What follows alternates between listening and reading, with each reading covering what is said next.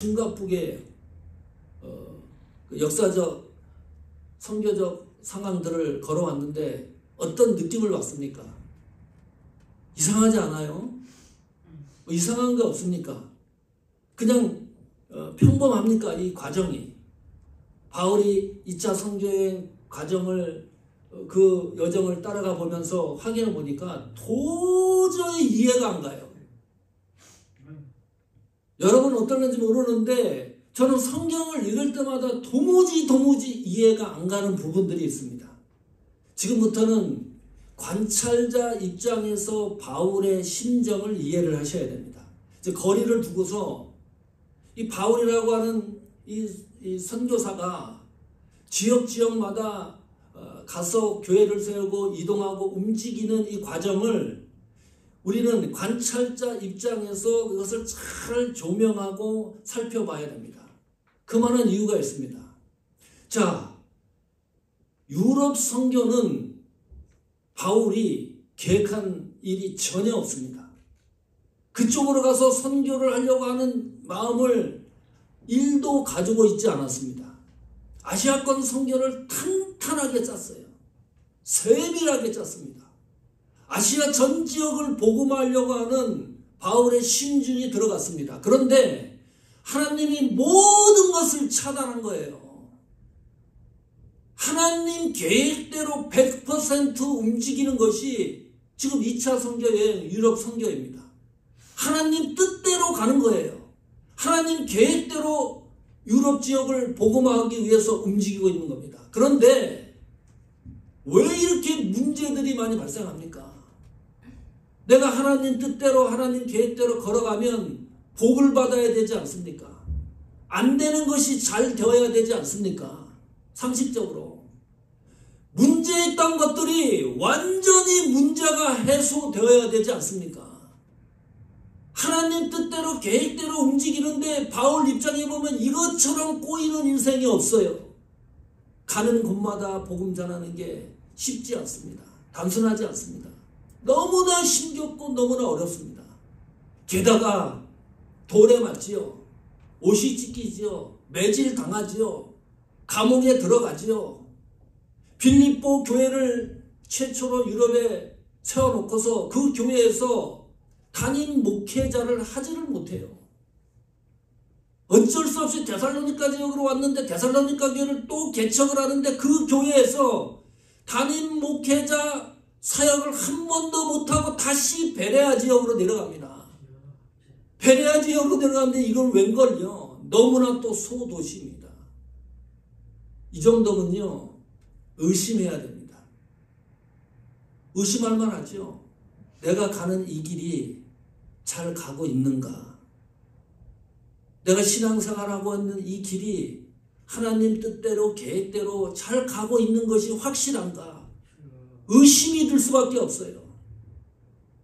관찰자 입장에서 바라보면 바울을 도저히 이해가 안 가는 거거든요. 아니 100% 하나님 계획과 뜻을 따라서 바울이 움직이는데 왜 이렇게 꼬이고 또 꼬이고 또 꼬이고 또 꼬이는 거예요. 실타리처럼. 그럼 의심을 해야죠. 이거 하나님 뜻이 맞느냐? 하나님이 계획한 길이 맞느냐? 내가 하나님 뜻 가운데 지금 잘 가고 있느냐? 자, 바울이 최초 유럽 선교에 들어가서요. 이제 감동을 받고 유럽으로 방향을 전환하잖아요. 그 성경을 쭉 읽어보면 그 이후로는요. 하나님이 어떤 지시를 내리지 않아요. 사인도 내리지 않아요. 암흑과 같습니다. 성경을 쭉 읽어보시면 지금 신약 이 시대에는 바울이 활동하는 이 시대에는 성경이 완성된 시대가 아닙니다. 하나님의 지시대로 하나님의 감동대로 이 선교사님들이 사역을 하고 있었던 시대입니다. 지금은 성경이 완성이 됐기 때문에 우리는 이 하나님 말씀을 통해서 하나님의 계획과 뜻을 발견하고 얼마나 쉬워졌어요. 그런데 이 시대는 그런 시대가 아니잖아요. 성경이 완성된 시대가 아니니까 하나님이 무슨 음성을 들려주셔야 돼요. 뭐 감동을 주셔야 돼요. 그런데 빌립보 교회를 개척하고 나서부터 베레아 이르기까지, 그 다음 행성지인 아덴, 이 아테네에 이르기까지 하나님이 단 한 문장 한 호흡이라도 감동을 주지 않아요, 바울에게. 18장 9절에 가서 드디어 이런 기록을 해요. 밤에 주께서 환상 가운데 바울에게 말씀하시되 두려워하지 말며 침묵하지 말고 말하라. 이 지역은 고린도 지역입니다. 한참 거리가 있어요.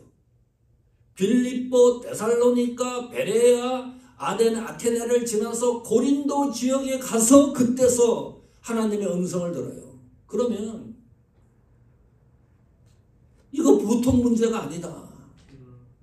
가는 것보다 사역이 꼬이고 또 꼬이고 실타래처럼 뭉쳐가지고 해결할 수 없는 일들이 자꾸 일어나고 하나님의 음성은 들리지 않고 이 길이 잘 가는 길일까? 보통 이럴 때 사람들은 포기합니다. 개척교회는요, 일당백이라 그랬어요. 한 사람이 들어왔다 한 사람이 사라지면 100명이 나간 것 같은 웅덩이가 보여요. 10,000명, 20,000명 모이는데 교회는 100명이 빠져나가도 표시가 잘 안 납니다. 내리막길로 내려가기 시작을 하면 이것이 하나님의 뜻인가 하나님의 계획인가 어떤 결론을 내리냐 보통 신앙인들은 포기합니다. 교회를 포기하든지 나에게 맡겨주신 그때 그 시간에서 적용되는 사명을 포기하든지 빨리 내 생각대로 결론을 내려요. 이거 하나님 뜻이 아닌 것 같다. 바울을 보면요, 그래서 대단한 거예요. 이런 신앙의 사역자가 어디 있습니까? 아무리 봐도 이것은 하나님 뜻대로 움직이고 있는데 이런 시련과 고통을 당하면 포기를 하든지 빌립보 지역에서 이미 모든 걸 내려놓고 원대 복귀해야죠. 파송한 교회로. 이런 일이 일어나서 도저히 성교할 수가 없다. 자, 한 가지 확인합시다. 하나님의 뜻과 계획을 분명하고 확실하고 선명하게 확인할 수 있는 방법이 있습니다. 바울을 보면 이해가 갑니다. 바울이 어떻게 하나님 뜻과 그렇게 꼬이는 상황에서 하나님 뜻 계획을 발견해 나가는지 확인해 볼게요. 바울은 변하지 않는 것이 있습니다. 잘 보십시오. 하나님 뜻대로 움직이고 데살로니가에서 베레아로 내려오는 또 빌립보에서 데살로니가로 내려갈 때에 환경이 바뀌어요. 조건이 바뀌어요. 시시때때로 바뀌어요. 바울을 공격하는 일들이 적지 않고 계속해서 불어납니다. 복잡해집니다. 자기 혼자 몸을 간수할 수 없을 정도로 휘청휘청거립니다. 그런데 환경과 조건이 아무리 변하고 급변한다 할지라도 바울에게 변하지 않는 것이 있습니다. 그게 뭡니까? 복음을 전하는 일입니다. 참 이상합니다. 바울이 복음 전하는 일을 포기할 것 같은데 절대로 포기를 하지 않아요. 빌립보에서도 복음 전하지요. 데살로니가에서도 복음을 전해서 쫓겨가지요. 베레아 지역에서 오늘 성경 보십시오. 10절에 그들에 이르러 유대인의 회당에 들어가 복음을 전하기 시작을 합니다. 하나님의 계획과 뜻을 선명하게 발견할 수 있는 방법은 하나님 계획대로 성도가 오직 걸어갈 수 있는 것을 확인할 수 있는 유일한 길은 하나님이 나에게 맡겨주신 소명과 사명을 변함없이 수행하는 겁니다. 그래야 하나님의 온전한 뜻과 계획이 무엇인지를 분명하고 확실하게 알게 됩니다. 바울이 여기서 포기했으면 어떻게 돼요? 빌립보 지역에서 바울이 포기했으면 어떻게 됩니까? 데살로니가 지역에서 바울이 포기했으면 어떤 일이 일어납니까? 베레아 지역에서 포기했으면, 아덴 지역에서 바울이 포기를 했으면 하나님의 계획과 뜻이 드러납니까? 환경의 악조건 속에서 변하지 않는 믿음, 신앙이 하나님의 계획과 뜻을 발견할 수 있는 유일한 길입니다. 왜 일제 감정기 때 다른 사람들은 다 두 손 들고 그래 신사에게 참배하는 게 맞다. 그렇게 그 시대적 조건과 상황을 벗어나면 얼마나 좋습니까? 그런데 그것이 뭐라고? 신사에게 절하는 게 뭐라고? 그것을 지켜나가면서 감옥에 들어가고 믿음을 지켜나갔던 사람들이 있지 않습니까? 바보입니까? 그렇게 하는 것이 잘못된 겁니까? 하나님 뜻과 계획은 그 속에 있는 건데 그래서 우리나라 기독교가 여기까지 온 거예요. 몇몇 사람에 의해서. 하나님 뜻과 계획이 끝이 아닙니다.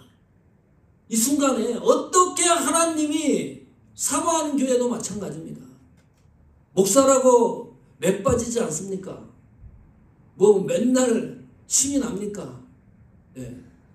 한 사람이 앉아 있어도 설교를 똑같이 준비를 해야 돼요. 10,000명의 성도가 있어도 똑같이 준비를 해야 돼요. 주영 집사님 피아노 반주를 하는데 우리 교회 오면 건성건성합니까? 수천 명 모이는 데 가면 더 열심히 합니까? 아니잖아요. 작거나 크거나 관계가 없어요. 최선을 다하는 거 아닙니까?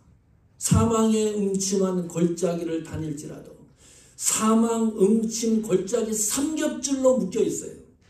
도저히 사람이 견딜 수가 없는 겁니다. 신앙인이 그 환경을 벗어날 수가 없는 겁니다. 스스로 그것을 벗어난다 그러면 슈퍼입니다. 터미네이터입니다. 그럴 수가 없어요. 그런데 하나님이 함께 하심이라. 그것이 하나님의 계획입니다. 그래야 하나님의 뜻이 발견이 되는 겁니다.